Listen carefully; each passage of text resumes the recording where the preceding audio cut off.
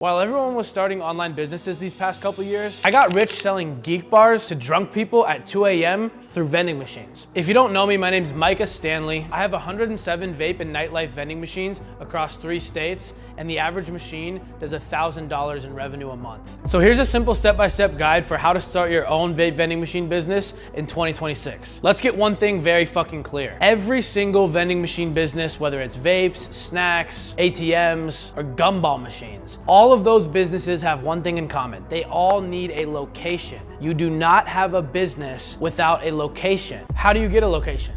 Step 1, identify the type of location that you need to look for. For vape and nightlife vending machines, that's bars, nightclubs, and casinos. We like to look for busy bars with lots of foot traffic that are open until 2 a.m. These are the kinds of places that are gonna generate you thousands of dollars a month. Regardless of where you live, even if you live in a small town in buttfuck nowhere, there is a bar that everybody goes to party on a Friday or Saturday night. Wherever the people go to party is where you wanna place your machine. There's a couple different ways you can find the best spots. Google Maps is gonna be your best friend. You're looking for a place probably in the downtown area that has a lot of reviews and is open till at least 2 a.m. in the morning on Fridays and Saturdays. You could also look on Reddit or Yelp for college-aged bars. Where do the kids go to party? Ages 21 through 35 years old are the people who use vape and nicotine pouches. The best part about this business is as time goes on, that age bracket keeps getting bigger. More and more people are vaping, and especially now, using nicotine pouches. So you really want to look for those spots with that key demographic. Another great place to check would be Instagram. Chances are if they have an Instagram account, they're probably already targeting a younger demographic. So once you find your spot, we're gonna move on to step 2. You have to pitch the location to place a vape vending machine in their establishment. You might be wondering, why the hell would anyone want a vape vending machine in their establishment? I could give you 20 reasons, but I'll stick to 3 for now. 1, nicotine and alcohol have gone hand in hand for centuries. When people want nicotine, they're gonna go find it. And if it's not in the bar, they're gonna leave the bar and go somewhere else, oftentimes taking their whole group with them. Nicotine is one of the main reasons that causes people to bar hop. For example, they might ask someone for a cig, and the only way to go smoke that cigarette is to step outside. Once they step outside, there's a lot less friction for them to just leave to go to a different bar. Bar owners are losing revenue by not having a machine in their establishment. You want to keep the nicotine in-house so that they can make more money selling drinks and people don't have to leave their bar to go find it. Number 2, once there's a vape vending machine in a bar for around 3 months, people start to know that it's there and remember that it's there. So new patrons will actually come into the bar in search of nicotine, and they're definitely gonna stick around for a couple drinks, in turn boosting revenue for the bar even further. Number 3, we don't just sell nicotine out of these machines. We sell products like emergency chargers, disposable cameras, morning recovery, honey packs, mystery bags, and everything under the sun that you could think of that someone would need between the hours of 8 p.m. and 2 a.m. So if you're not already convinced that every single bar should have one of these machines, we also pay the bar owners a profit split. Now with traditional vending machines, it's actually industry standard to not pay locations. But this industry is a little bit different. These bar owners are used to getting 50% splits with their ATM guys, their jukebox guys, their gambling games, and all these other unattended kiosks that have been flourishing inside the bar scene. If you didn't already know, all of those machines that I just listed, 99% of the time are operated by a third-party vendor. There's been people taking advantage of this exact opportunity with other unattended kiosks for decades. Which begs the question, why aren't these people who already have these other unattended kiosks in the bars placing these machines? The answer is that they're usually old, and old people just don't understand the new craze about nicotine pouches and vapes. Trust me, if these guys knew, they would already have all the locations. The reason those companies give these bar owners 50% splits is because there's no cost associated with what they're selling. You install a jukebox and people just funnel money into it, and there's no actual tangible product that comes with it. With the vape vending machines, we have cost of goods, payment processing, software fees, excise tax, sales tax, and a couple other expenses that just make it so it doesn't make sense to operate at a 50% split, unless it's one of the top tier locations. So as long as we're able to articulate that to the bar owners, they'll understand and they'll take a lower split. But the key point is you always want to pitch it as more of an indirect revenue generator than a direct revenue generator from the machine itself. Okay, so now you know why this is a valuable addition to somebody's bar. But how do you actually get a hold of the decision maker that's gonna let you put this in? I'll tell you right away, the answer is not to just call the bar's main line. That's not gonna get you anywhere. We want to cut directly to the decision maker. This is usually the bar owner or the bar manager. I'll tell you how I got my first location. All I did was identified a bar that I knew was gonna do really well, and I simply typed in who owns that that bar. Google actually gave me the name of one of the owners. So what do?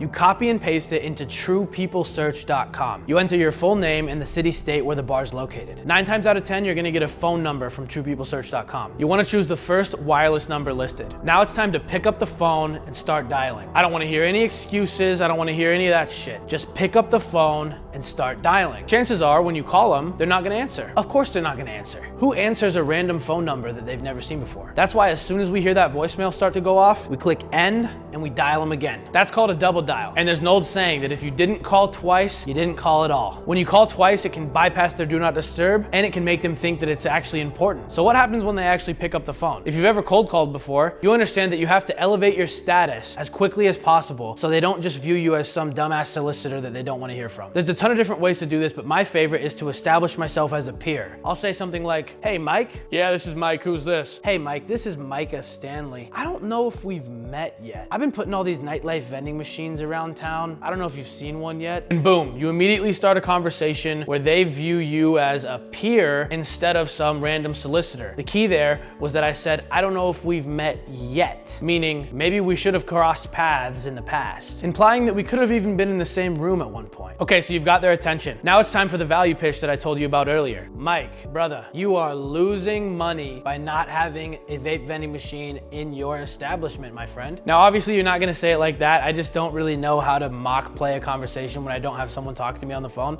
But you get the point. You have to communicate to them why they need a vape vending machine. And you might hear tons of objections. If you get a bar owner interested enough, they'll actually start asking you questions like, how big is the machine? Mike, this is a super compact machine. It's about the same size as a TouchTunes jukebox. We can mount it right on your wall. It's got this nice LED touchscreen. It's not like some big bulky vending machine that you might be thinking of. Yeah, well, do I need a license for this? Mike, we take care of all the licenses. As a matter of fact, this is a turnkey program. Not only do we take care of all the licenses, we actually buy the machine, stock the machine, maintain the machine. We even take care of all the customer service requests. Mike, the best part is, this doesn't cost you a dime. All right, well, what's the fucking profit split? Look, Mike, if I was your ATM guy or your jukebox guy, obviously I'd be offering you 50%, but I just can't do that. We have cost of goods, we have sales tax, we have excise tax, software fees, processing fees, and the list goes on forever, Mike, but I don't want to hold you too long. No, but seriously, you have to know all the answers to those questions before they ask them. If you don't know what you're talking about, you're gonna get blindsided by a question, start fumbling over your words, and you're just not gonna ooze confidence like I do. Oftentimes, Mike is not gonna give you an answer right over the phone. Mike doesn't really know who the fuck you are. You might have made it seem like you're a peer, but that doesn't mean that Mike's your best friend just yet. This is the first initial contact. It could take months of follow-up to actually close Mike, but the key point is you made him problem aware. He's losing money by not having one of these machines in his establishment. What I like to do is try to set an appointment with him at the bar. I'll say something like, hey Mike, when do you usually come around the bar? I'd love to come meet you in person, grab a drink, and shake your hand. He'll probably tell you a time where he usually is around, and then it's your job to remember that time, put it in your calendar, and show up. Put your quarter zip on and your big boy boots. Go meet Mike when he said he was gonna be there. I might even bring Mike some nicotine pouches and see if he'd like to indulge. You're meeting Mike in person, you're sharing a drink. How do you actually get this guy to say yes? My favorite tactic to use is pulling up the 3D vape vending machine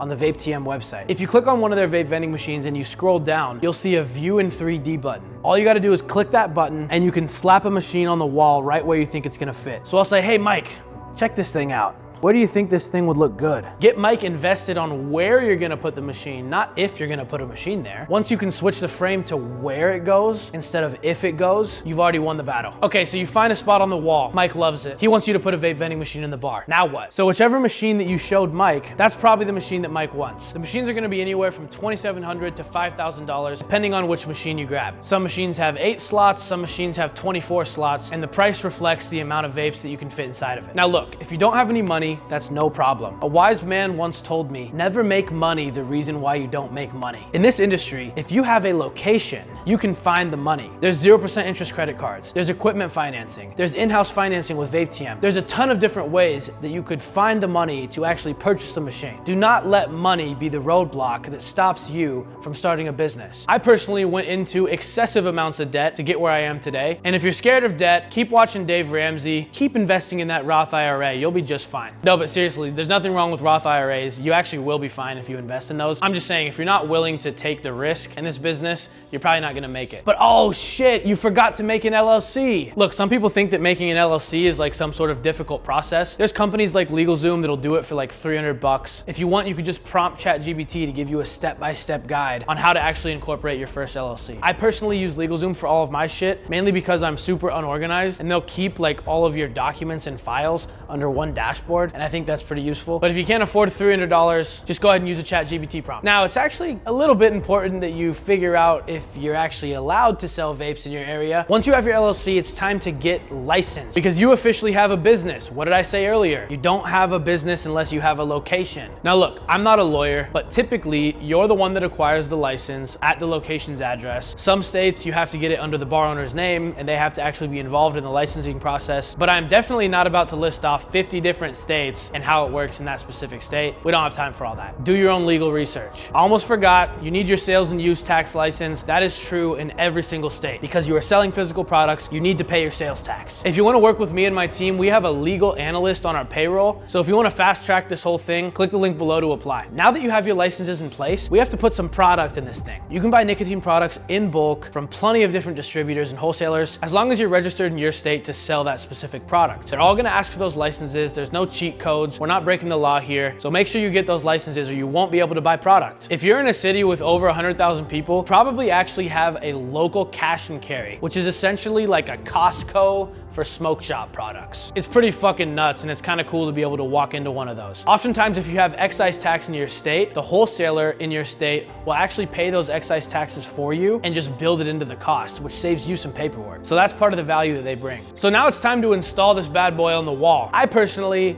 don't like to install my own machines. I always pay for somebody else to do it. You couldn't convince me to pick up a fucking drill if my life depended on it. I'm seriously no help when it comes to the installation process. Just hire somebody who's a professional. And oftentimes a professional could actually just be your alcoholic friend that works construction. All jokes aside, you could also make a listing on TaskRabbit. I also heard there's some great handymen hanging outside the Home Depot. I like my installs to happen outside of bar hours so we're not disturbing the public when we're installing this thing. Also, I don't think I mentioned, not every machine has to be wall mounted. For my best locations, I get the slim tower machines, and you literally just put them in your truck, wheel them in and plug them in. No wall mounting required. Before you install, you need to make sure that you have all of your products in your VTM vending software app. I like to pre-configure everything before I go to the bar. I don't like to be at the bar for any longer than I actually have to. There's like guides and setup tools that you can refer to. You should have taken care of all of that before you even got to the bar. That way it's like as plug and play as possible. Okay, so you have your machine on the wall and the bar opens. What happens now? Well, now obviously you have people tap their card and buy a vape or a nicotine pouch or a honey pack. Whatever you put in your machine, people are gonna buy it. This shit isn't rocket science. Drunk people plus cool addictive items that they could buy equals money. And I think I forgot to mention, we're buying these vapes for $8 and we're selling them for $30. We're buying these nicotine pouches for $3 to $4 and we're selling them for around $15. We sell our products for 15 to 25% higher than your average vape shop or convenience store. Why? We're selling convenience. These people have alcohol in their system. They got their blood flowing. They're not gonna let an extra $5 stop them from making a purchase. This is why when you go to a concert, the beer is 25 bucks and they're selling you water bottles for $10. Don't be price shy. Gouge your customers. You can always lower the price later if somebody isn't happy with the price, whatever. Okay, so now you're making money. What do you do now?